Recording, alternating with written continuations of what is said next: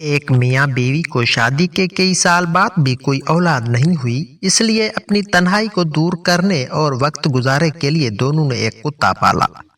کچھ ہی عرصے میں دونوں کا کتے سے کافی جذباتی لگاؤ ہو گیا۔ وقت گزرتا گیا اور 7 سال بعد دونوں کو اللہ نے ایک بیٹا دیا۔ گھر میں چاند سا بیٹا آنے کے بعد دونوں کی توجہ کتے کی طرف سے قدرے کم ہو گئی۔ ایک دن اپنے بیٹے کو گھر میں سوتا ہوا چھوڑ کے دونوں حویلی کے باغ میں ٹہلنے کے لیے گئے۔ باتوں میں وقت کا احساس ہی نہیں ہوا۔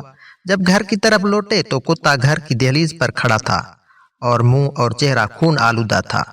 کتے کی حالت دیکھ کے بچے کا باپ انتہائی غصے کی حالت میں گئے اور اپنا بندوق اٹھا کر کتے کو وہیں ڈھیر کر دیا اور پھر تیزی سے اس کمرے کی طرف بھاگے جس میں بچہ سو رہا تھا۔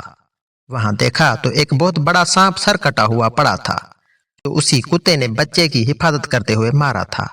اس سارے واقعے سے ہمیں یہ سبق ملتا ہے کہ جذبات اور جلد بازی میں کیے گئے اکثر فیصلے غلط ثابت ہوتے ہیں۔